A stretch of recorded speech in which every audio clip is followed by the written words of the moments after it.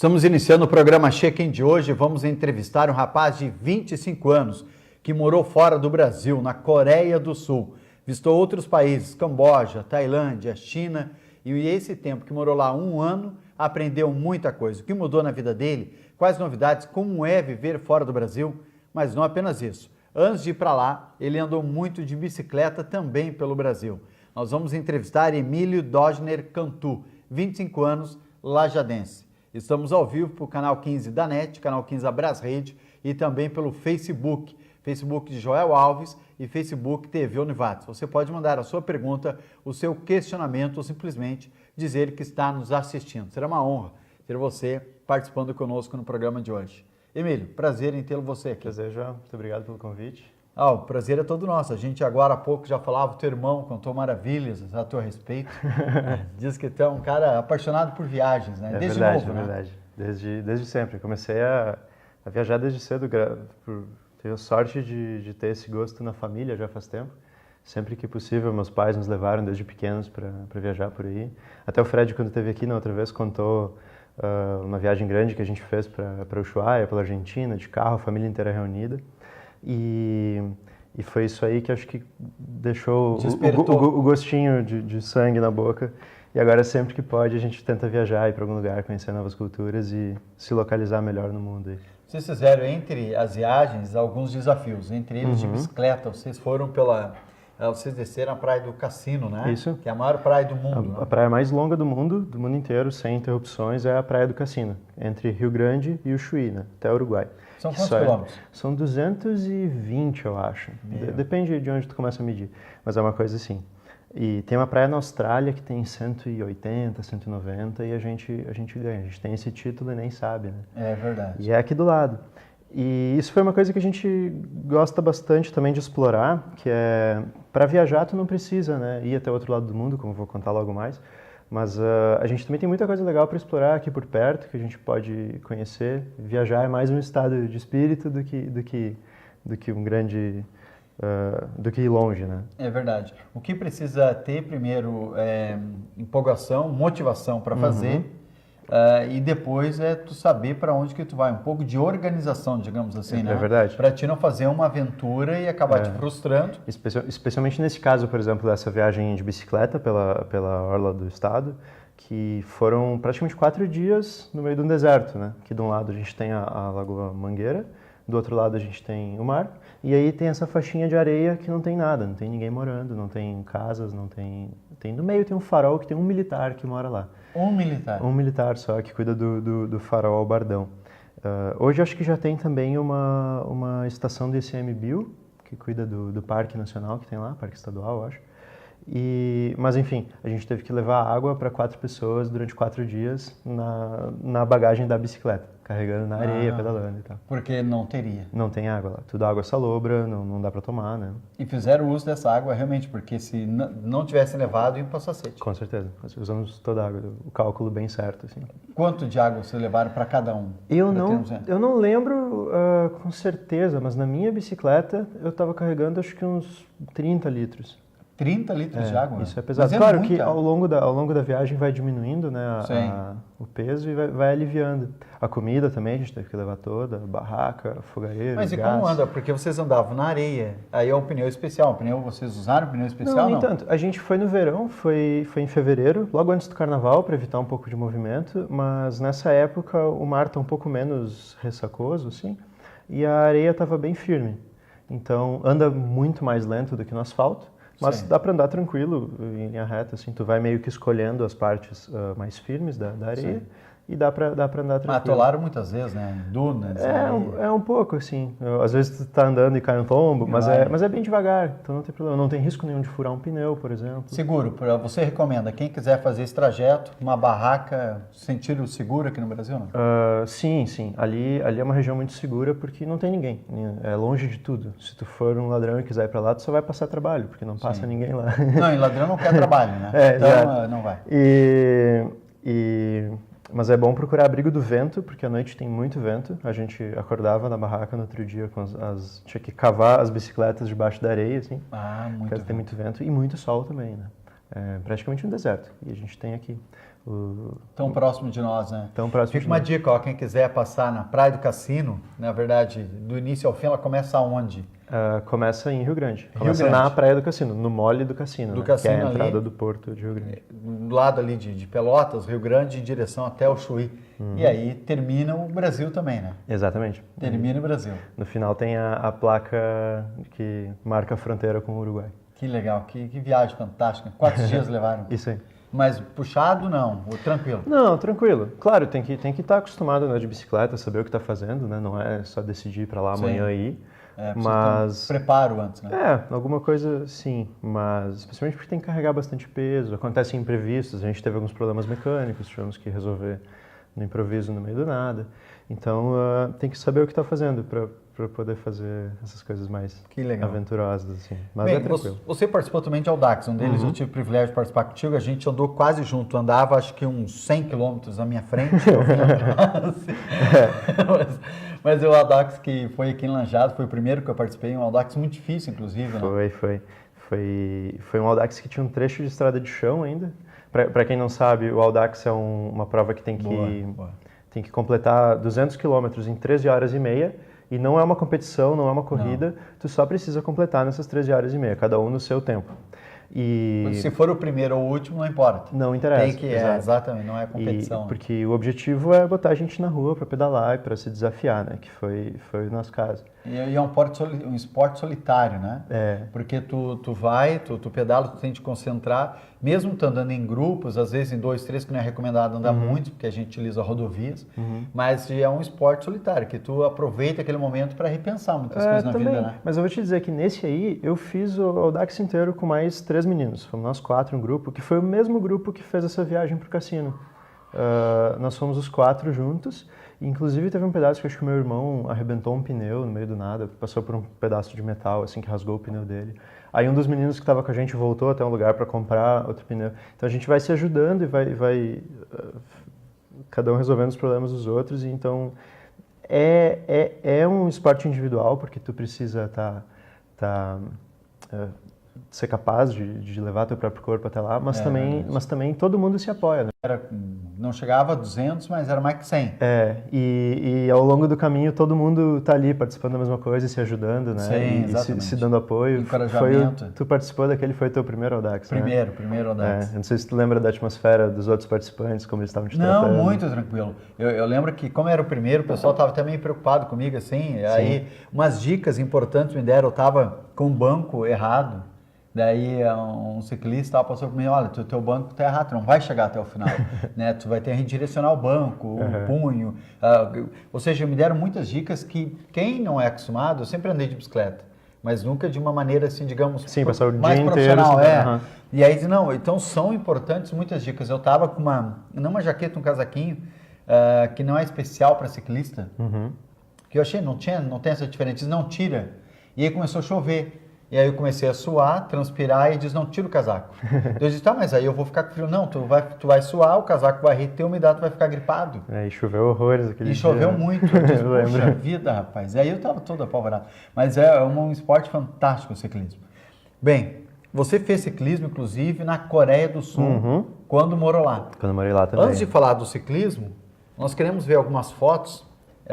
E aí a gente começa a falar, inclusive, também da Coreia, que tem muita pergunta para fazer. Vamos ver uma foto, vocês dizem de onde que é essa foto que a gente vai mostrar, para a gente se situar um pouco aonde que você teve, tanto no ciclismo, né, Audax, assim como também fora do Brasil, na Coreia. Essa aqui, certamente, é na Ásia, né? Sim, essa foto foi no Myanmar, que foi um dos países que eu viajei bem no final do meu intercâmbio, que eu tinha um mês de férias. Aí eu saí para viajar pela Ásia. E o Myanmar é um país muito, muito interessante. Ele está espremido entre a Tailândia e a Índia, bem isolado, assim. E é um país que as fronteiras foram abertas ao turismo há muito pouco tempo atrás. Acho que uns 15 anos atrás que começaram a permitir que entrasse turismo. Era um país com uma ditadura muito fechada, comparável quase ao que aconteceu nos anos 70 no Camboja, ou mais recentemente agora na Coreia do Norte. Só que eles estão com um processo de democratização, de abertura que tem acontecido gradualmente. E é um dos países mais novos que se existe para viajar, assim. Mianmar. Mianmar. É um país muito pobre? Muito pobre. E As notícias que a gente ouve de lá é de pobreza, né? De exploração, Você que viveu, você passou por lá, né? Isso. Aquela foto que a gente viu parece um rio. Aí eles usam muito os rios lá também, né? Usam bastante os rios, porque, querendo ou não, o rio é uma infraestrutura que já está pronta, né? Todo lugar que não tem... Todo lugar que é desolado e que é digamos, esquecido pelo governo, digamos assim, pode usar os rios, que são estradas naturais, né? Que é o que a gente vê acontecendo aqui no Brasil, por exemplo, no interior do Pará, onde o governo não chega, onde é isolado demais, onde as pessoas estão afastadas. Não tem estradas, não tem aeroportos. O que elas têm são os rios, né? Que já estavam prontos desde sempre. Então lá, ainda até hoje, se utilizam muitos rios e muitas vezes as estradas estão em situações precárias, tem congestionamentos, os caminhões não chegam até alguns lugares porque a estrada é de chão, e aí se faz transporte por barco, de vilarejo em vilarejo. Sabe que você falando me lembrou que aqui no Vale do Taquari também se fazia assim, né?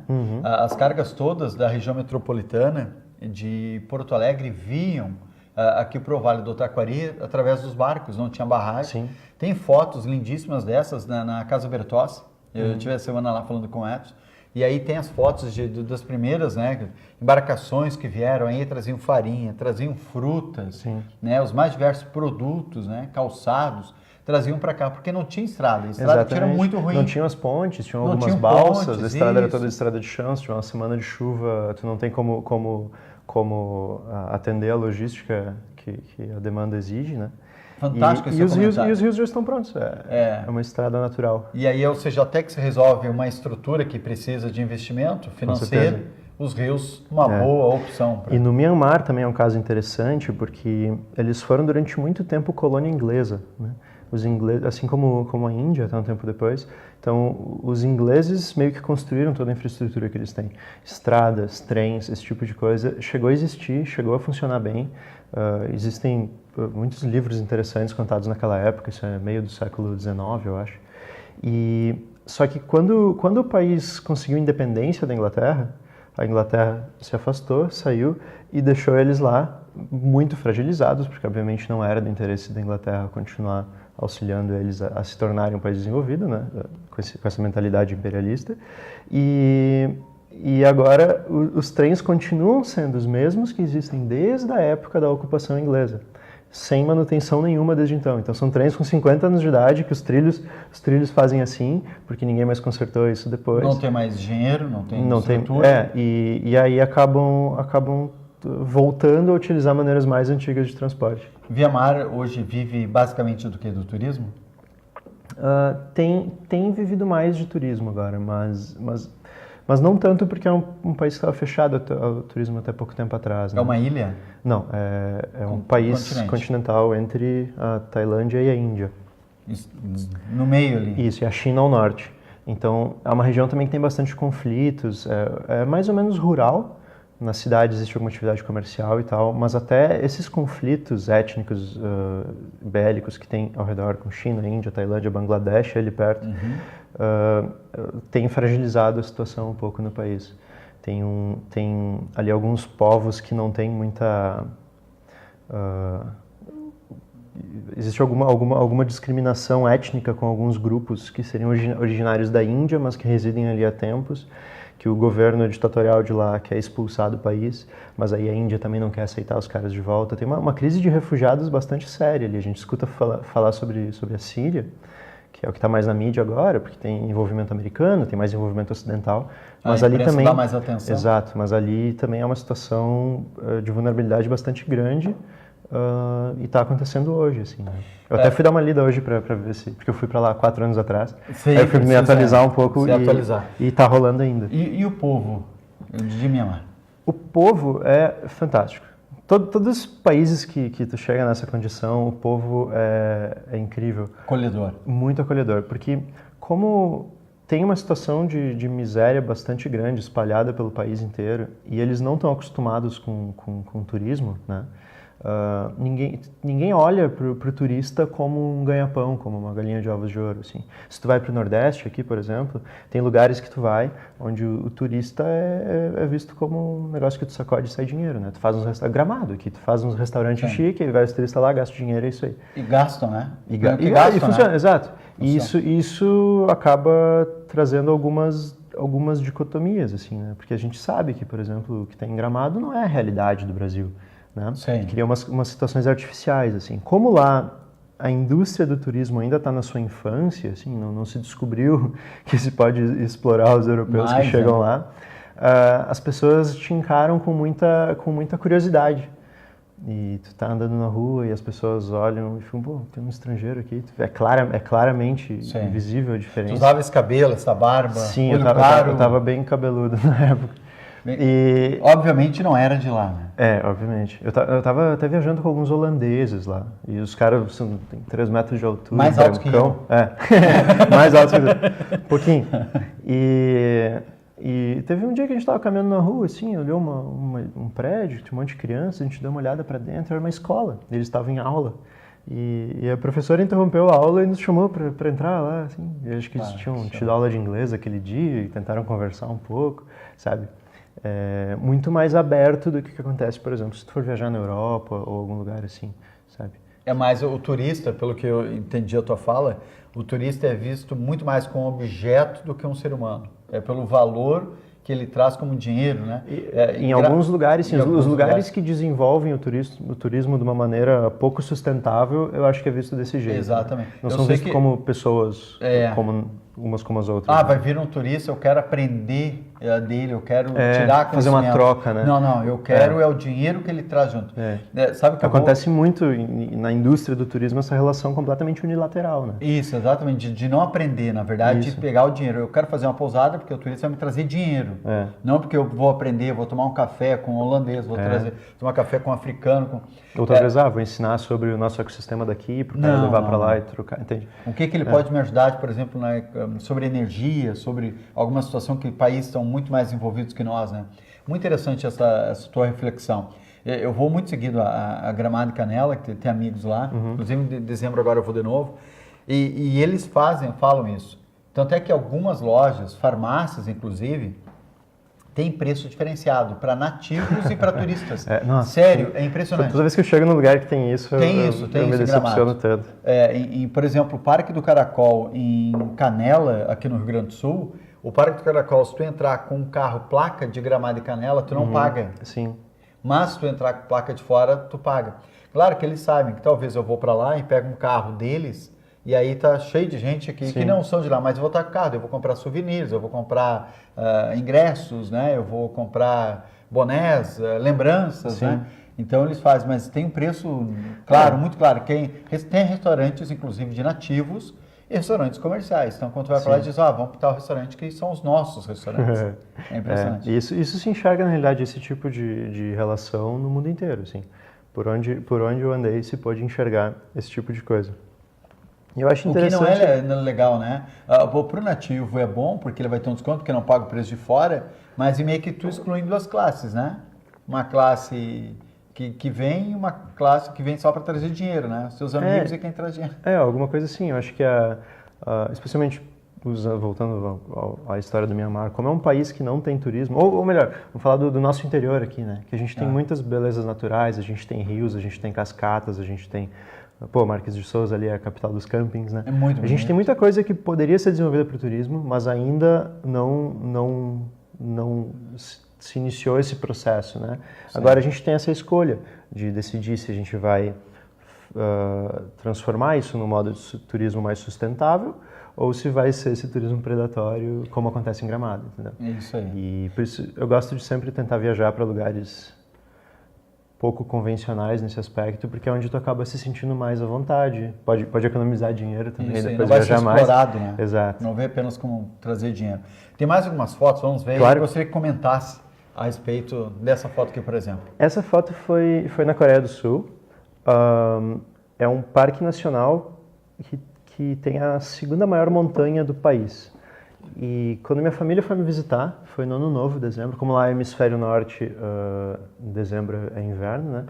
então estava cheio de neve, e a gente subiu essa montanha, nós 4. Queria levar meus pais para fazer uma aventura, assim. E eles gostaram, não? Adoraram. Adoraram. Foi meio Punk. Né? Foi meio punk, é. Oh, e esse aqui? E isso foi em Seul. Linda essa foto. Obrigado. Foi um festival. Parece que eles são no espelho, mas não, né? Na Não, verdade, estão são brincando dois, com o né? outro. O budismo é muito forte lá, e foi um festival que fechou o centro da cidade inteiro, assim, que era todo com temática budista. Eu trabalhei como voluntário nesse festival, eu auxiliava turistas estrangeiros e tal, fiz um curso. E nesse momento, assim, eu enxerguei de longe esses dois menininhos monges brincando. Ah, eles estavam brincando ali. Estavam brincando um com o outro, ali atrás eram as meninas que cuidavam deles. E isso também em Seul, mostrando bem o contraste que tem lá com essa... Aqui embaixo era um dos portões antigos que tinha na cidade. Tinham 4 portões, os 4 pontos cardeais da cidade. E foi preservado, mas hoje se vê o rápido desenvolvimento então que a Coreia do Sul conquistou pós-guerra, porque nos anos 50 ela tinha sido completamente destruída pela Guerra da Coreia. E nos próximos 20 anos se tornou uma das maiores metrópoles do mundo. E esse contraste se enxerga assim, entre as tradições e a... O que é bacana também, né? E a modernidade. Não destruir o passado, mas também pensar no futuro, né? Que é o que foi feito lá por uma questão de necessidade, né? Porque a guerra da Coreia aconteceu nos anos 50, ao final no meio da Guerra Fria. E foi bem feio, assim, como a Coreia era um país só, dividiram em Coreia do Sul e Coreia do Norte, famílias foram divididas, por exemplo. Tu deve ter familiares que moram longe. Imagina se agora é outro país e tu não pode mais entrar lá, e eles não podem mais vir te visitar. Irmãos que foram divididos, sabe? E é uma história bem triste, e sem contar todos os destroços de guerra. Então o país precisou criar um esforço muito grande para se reconstruir rapidamente. Mas não evoluiu tanto quanto a Coreia do Norte, né? A Coreia do Sul, que é a mais desenvolvida, economicamente. A Coreia do Norte não, a Coreia do Norte é que está fechada, com o governo que está há anos dependente de auxílio externo, que é a comunista. Tem sanções comerciais, a Coreia do Norte há muito tempo. A ONU está fazendo bastante sanções e tem muito medo de ataques nucleares. A Coreia do Norte que é a malvada. E a Coreia do Sul foi a que acabou tendo a imagem de boazinha, porque é a que teve o endosso dos americanos. Né? Que tem uma ligação muito forte com os Estados Unidos. Muito forte com os Estados Unidos. Inclusive, os Estados Unidos ajudou a patrocinar o processo ajudou com uma certa assistência para o processo de industrialização da Coreia do Sul. Como em vários outros países. Como em vários outros países, né? Porque é do interesse deles... Uma relação comercial. Especialmente na época da Guerra Fria, estabelecer a dominância do capitalismo, mostrar para todo mundo, o capitalismo é melhor, né? Então eles davam a mão. E aí o que nós produzirmos lá, vocês podem consumir aqui. Vocês podem ser um povo igual ao americano, né? Comprando. E aí se vê esse crescimento muito mais rápido que aconteceu na Coreia do Sul, por exemplo. E até essas grandes marcas que a gente vê hoje, Samsung, Hyundai, LG, são todas empresas que foram fundadas então logo depois do fim da guerra, e que eram 2 ou 3 caras que já tinham alguma empresa, assim, e o governo apostou pesado nesses caras, fizeram muitos incentivos para eles ajudarem a reindustrializar o país. E hoje lá... Que empresas são da Coreia do Sul? São da Coreia do Sul, essas empresas. Qual delas pode repetir? Samsung, Hyundai, LG das televisões, etc. Telefones, então muito forte. Isso. Inclusive lá eles têm construtoras, imobiliárias, bancos. Tem o banco da Hyundai, sabe? O banco da Hyundai? Eles têm tudo. E é engraçado, porque antes então era um troço que o governo fazia parte, o governo auxiliava, o governo ajudava esses caras a crescerem, só que eles tomaram dimensões tão grandes que agora são umas 10 empresas mais ou menos, que frequentemente se encontra algum escândalo de corrupção, mostrando o envolvimento dessas empresas nas decisões que o governo toma, por exemplo.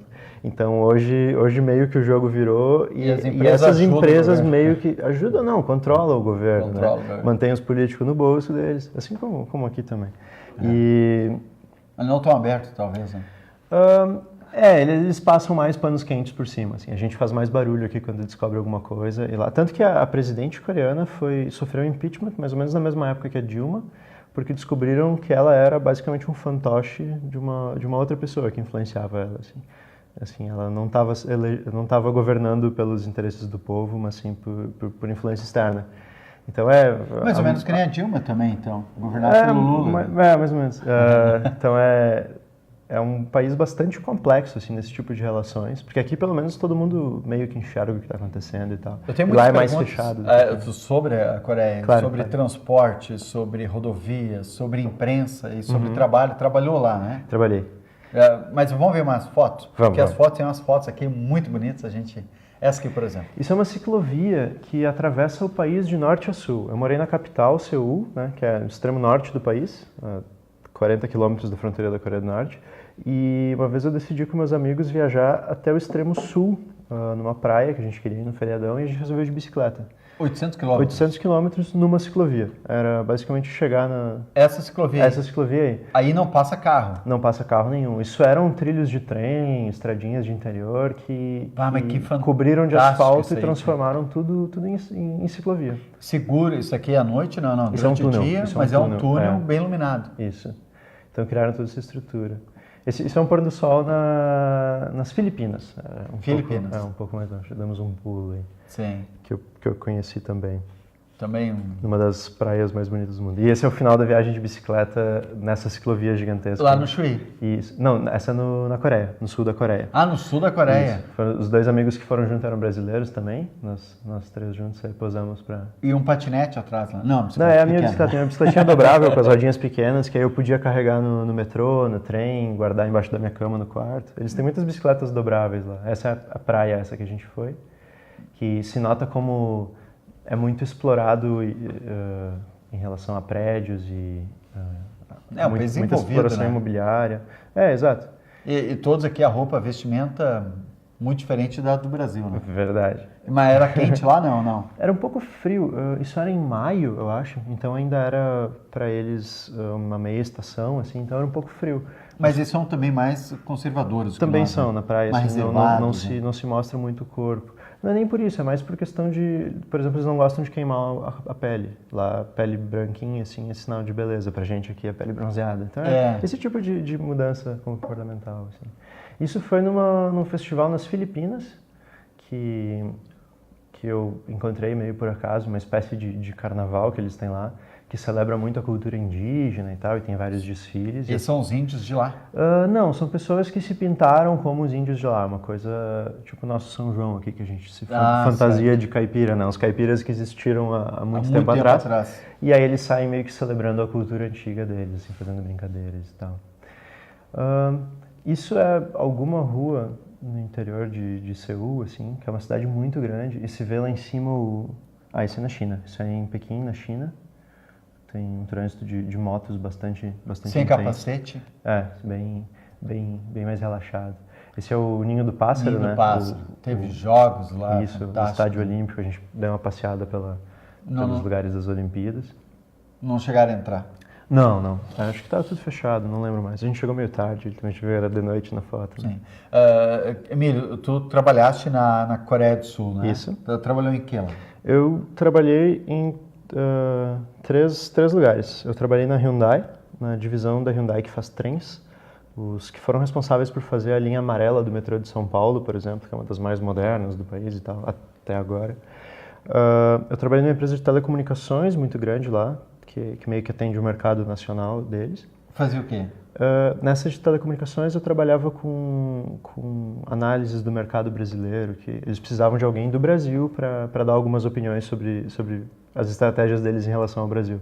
E não é tanto da minha área, eu sou engenheiro de automação, mas já era, só por ser brasileiro já era qualificação suficiente para dar alguma opinião sobre os planos deles. Experiência lá? Foi muito interessante. Tá dentro de uma empresa, dentro do dia a dia de trabalho, em outro país, é muito diferente do que tu só botar uma mochila nas costas e passear no outro país, na verdade. Certo. E na Coreia, o trabalho é um componente muito importante da cultura deles. Tu passa mais tempo no trabalho do que em casa, mais tempo no trabalho do que com a tua família. Aqui também acontece sendo assim muitas vezes, né? Mas lá é demais, assim. Existe uma hierarquia muito, muito rígida de costumes. Por exemplo, tu só pode sair do trabalho depois que o teu chefe for embora, por exemplo. Senão é considerado sinal de desrespeito. Sério? Então...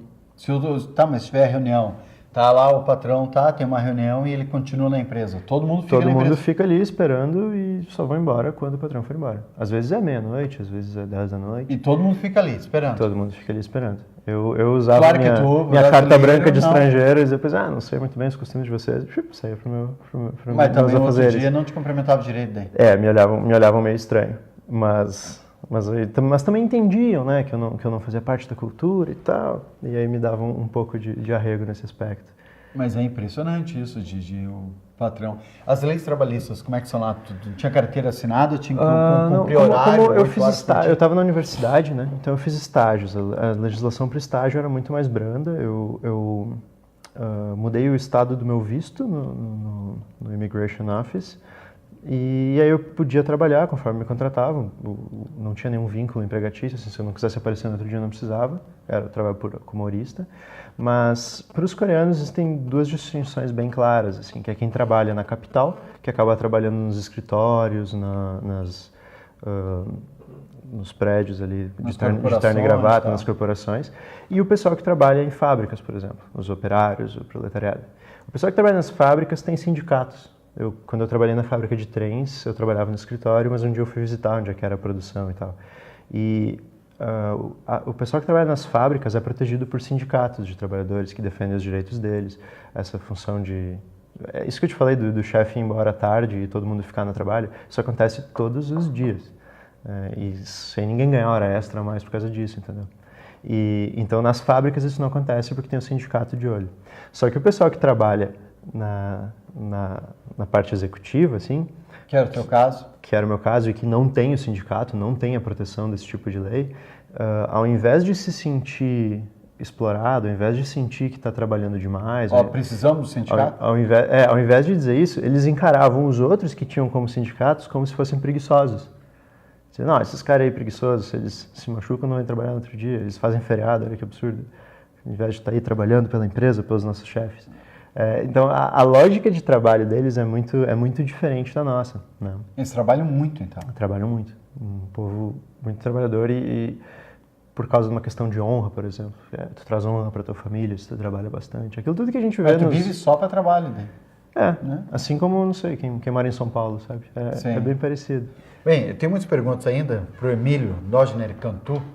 Esse lajadense de 25 anos, mas que morou, na verdade, só nasceu em Lajado, morou a vida toda em Venâncio. Morei a vida toda em Venâncio e assim que eu terminei o ensino médio, fui a Porto Alegre para a universidade. E aí, de lá, foi pro mundo. Isso. E vai morar onde no futuro? Não, Deus sabe. Só Deus sabe. Eu me formei agora em dezembro, em março, peguei o diploma. E aí vamos analisar quais são as opções. Não trabalha na área? Trabalho, mas agora estou até de férias e não descarto a possibilidade de sair viajar mais um pouco. Olha só, nós vamos fazer uma pausa aqui, tomar uma água, a gente volta em seguida conversando com Emílio Dojner Cantu. Se você tem alguma pergunta, alguma dúvida, pode escrever para nós através do Facebook Joel Alves ou Facebook da TV Univates.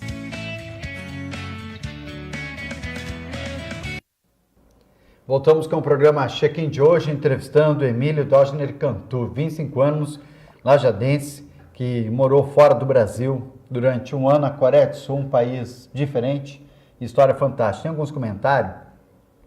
Matheus Freires, conhece não? Conheço. Emílio, manda um beijo para mim. Para qual câmera para olhar? Um abraço, Matheus. Obrigado aí pela audiência. Gabriela Kiliman Dias, alô, TV Univates, também está te assistindo.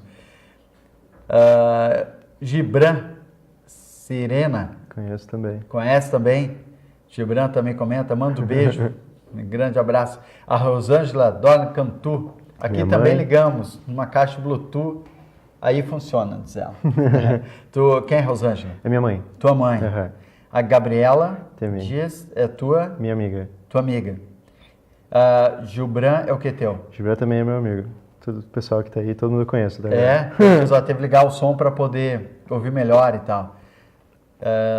Gabriela, tem o Marco Alfredo, diz, tal pai, tal filho, grande Fire, já era um explorador nato, agora segue a saga, parabéns com seu filho jovem, Cantu. Esse é amigo do meu pai. Amigo do teu pai também, um grande abraço ao Marco Alfredo, obrigado. Você pode mandar a sua pergunta aqui para a gente repassar, fazer o nosso entrevistado de hoje. Emílio, a gente falava do trabalho que você realizou lá, na Coreia do Sul diz que eles trabalham muito, né? Começam muito cedo e vão até tarde trabalhando. Isso. Fora isso, o que eles fazem, então, quando estão de folga? Até vai aparecer alguma foto depois disso, mas o hobby mais popular do país, como eu mostrei antes da gente subir uma montanha, né, fazendo uma trilha na neve, é isso, é o hiking. O pessoal sai final de semana, põe mochila nas costas e passa o dia inteiro caminhando pelas montanhas.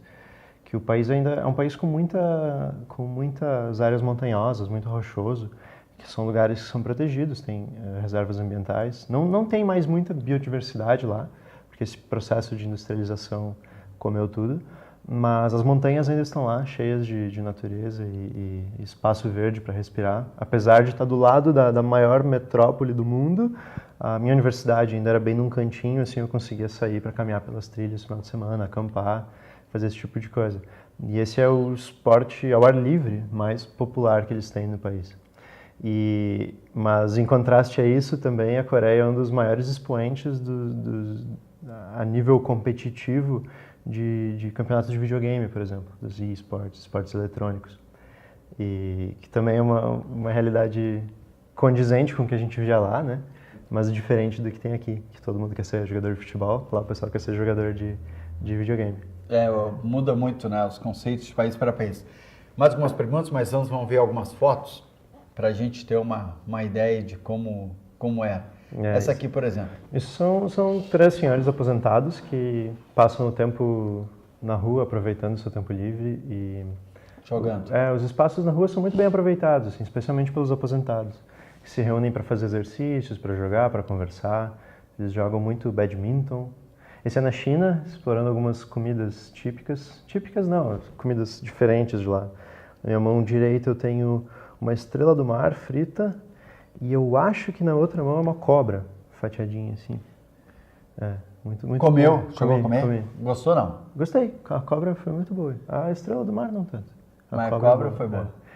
Isso era um vagão de um trem, tá virado, que a gente usava na China, que era um trem noturno. Tu vê ali que são 3 camas empilhadas uma em cima da outra, são 3 biliches. E aí era mais barato pegar isso porque tu economizava uma noite de hotel, né? Tu podia dormir no próprio trem e no outro dia... E como na China, desse tamanho aqui, tudo é muito longe, então tu pega um trem noturno, sai num dia de tardezinha, chega no outro dia de manhã onde tu quer. Barato. E acaba reunindo o transporte e a acomodação num custo só. Sim, útil e agradável. Isso, pela língua que está escrito ali, é o Vietnã, um ônibus, ou Tailândia, não lembro mais, Vietnã ou Tailândia, um ônibus. Eu sempre tento utilizar transporte público quando eu posso, porque é barato, e 2, porque é sempre uma aventura, sempre uma imersão na cultura do lugar, verdade, utilizar o transporte público. Sabia disponível. exatamente como né? Isso aqui me deu até fome. Isso era a minha fonte de alimentação principal na Ásia, assim, procurar as comidas de rua mais tradicionais possível, onde tivesse menos turistas comendo, era onde eu procurava comer. Mas por que isso? Não tinha medo, não, talvez, de pegar uma bactéria? Cara, tu vê uma fila de 50 pessoas indo comer um negócio. Não deve ser ruim, né? Se todos eles comem todo dia. E sobrevivem, né?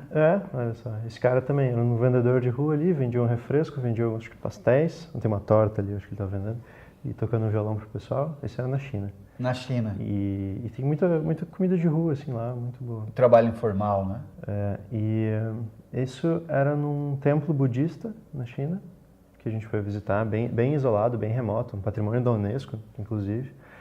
E muitos monges passando por lá, nos lugares que mais tem monges no mundo. E também todos recebendo a gente, curiosos com a gente e tal. Isso acho que é de novo outro barco no Myanmar, mostrando de novo o transporte fluvial, né? Muito forte para a economia deles.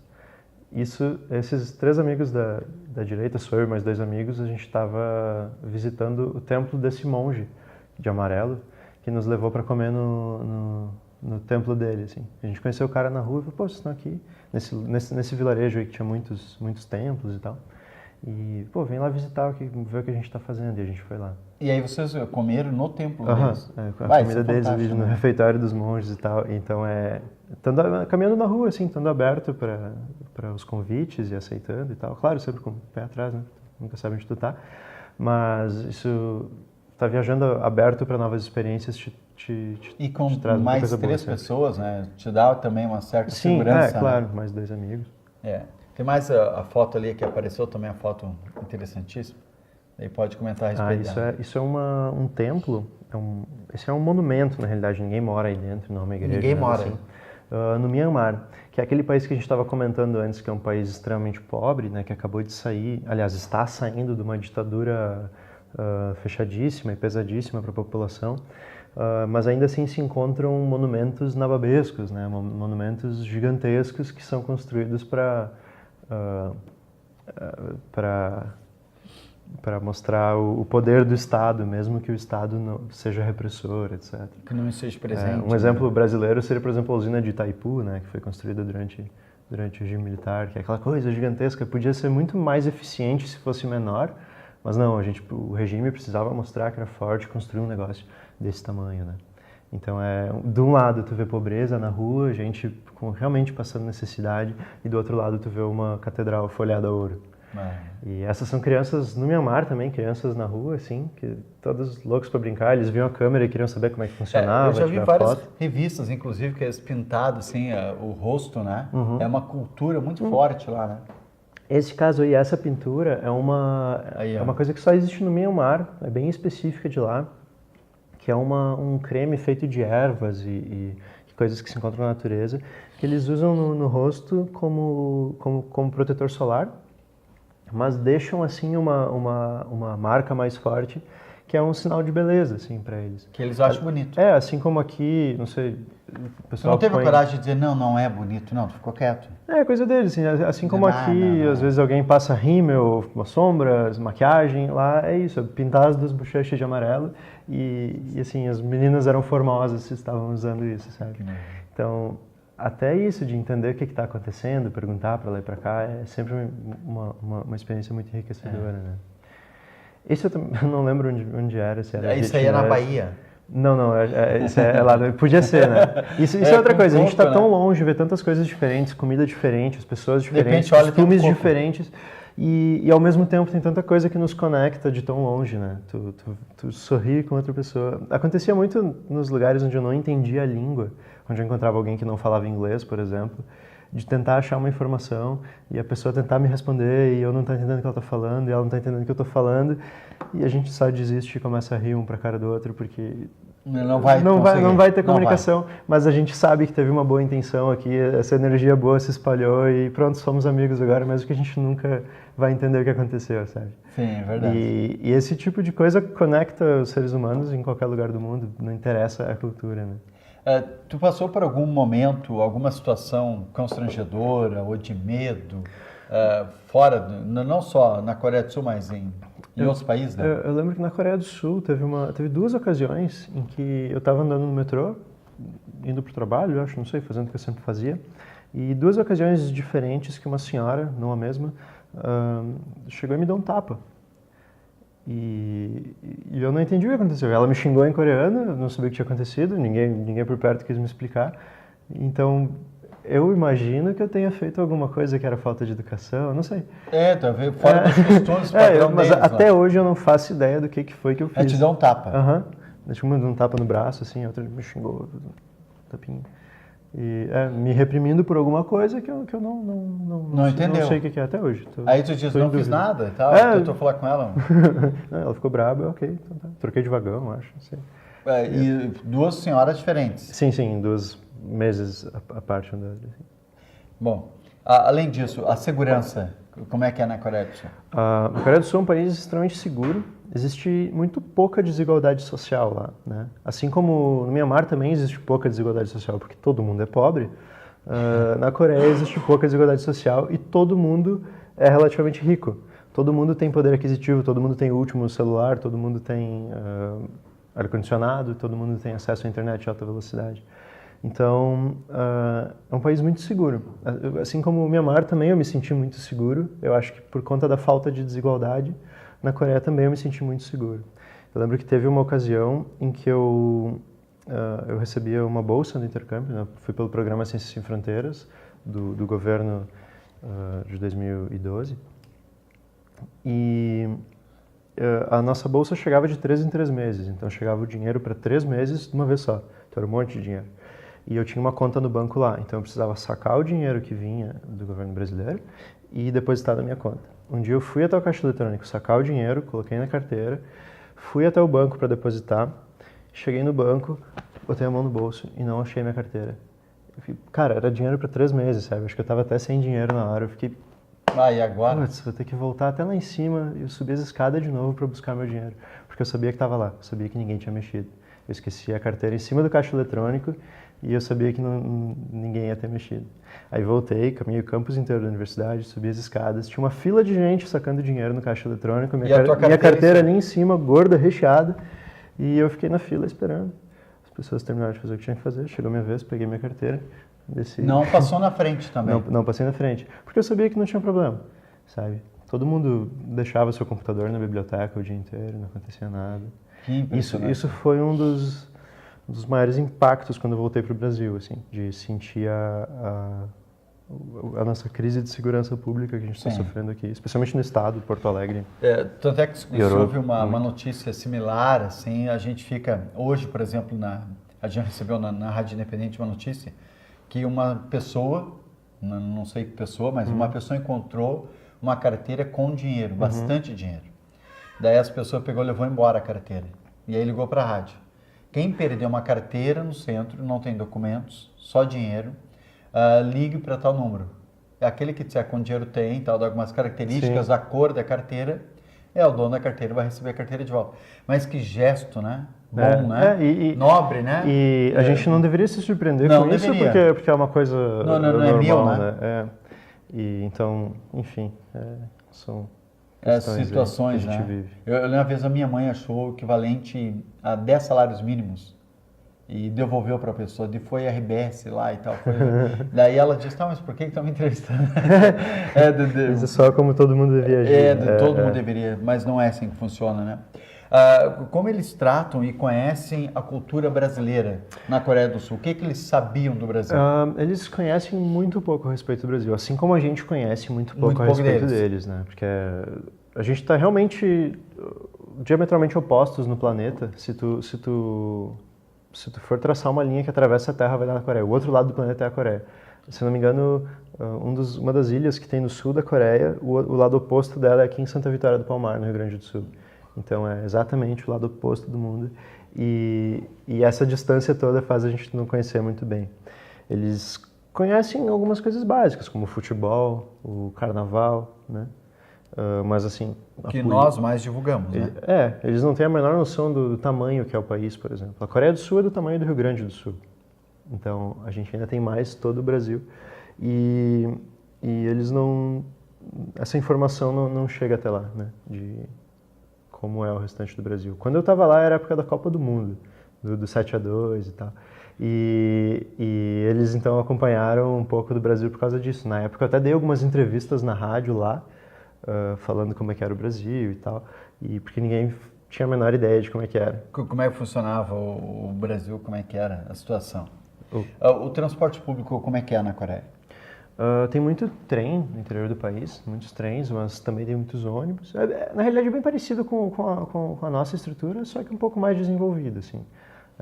Tirando os trens, que a gente não tem ainda, a maioria do que eu viajei pelo interior foi de ônibus. Assim como a gente faz aqui, de viajar muito de ônibus. Como é um país pequeno, não há muita necessidade de viajar de avião, né? Tipo aqui, se tu for para Manaus, tu tem que ir de avião, porque é muito longe. Então, usa muito ônibus.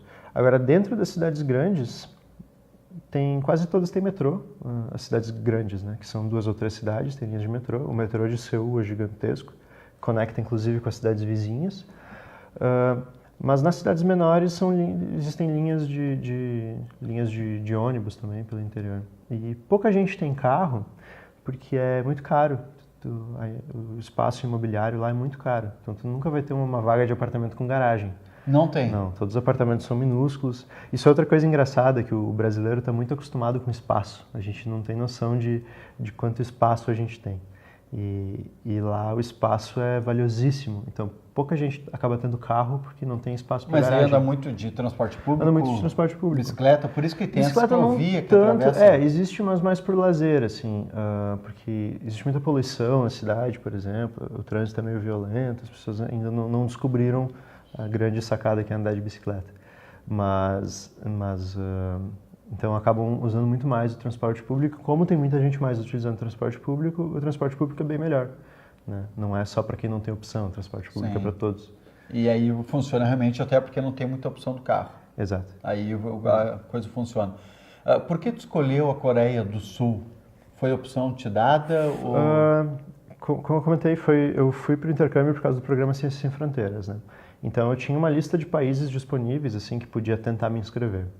E vários fatores me levaram à Coreia, porque, por exemplo, uma das opções era, sei lá, Estados Unidos, Austrália, que são opções muito mais comuns, muitos brasileiros vão para lá toda hora, então eu não sei, eu achei que eu precisava aproveitar essa oportunidade que eu estava tendo, foi país pouco falado, uma grande oportunidade de ir para algum lugar que me desse boas condições de estudos, por exemplo, porque eu fiquei estudando um ano lá na universidade, né? Ir para algum lugar longe que eu não teria condições de ir de outra maneira.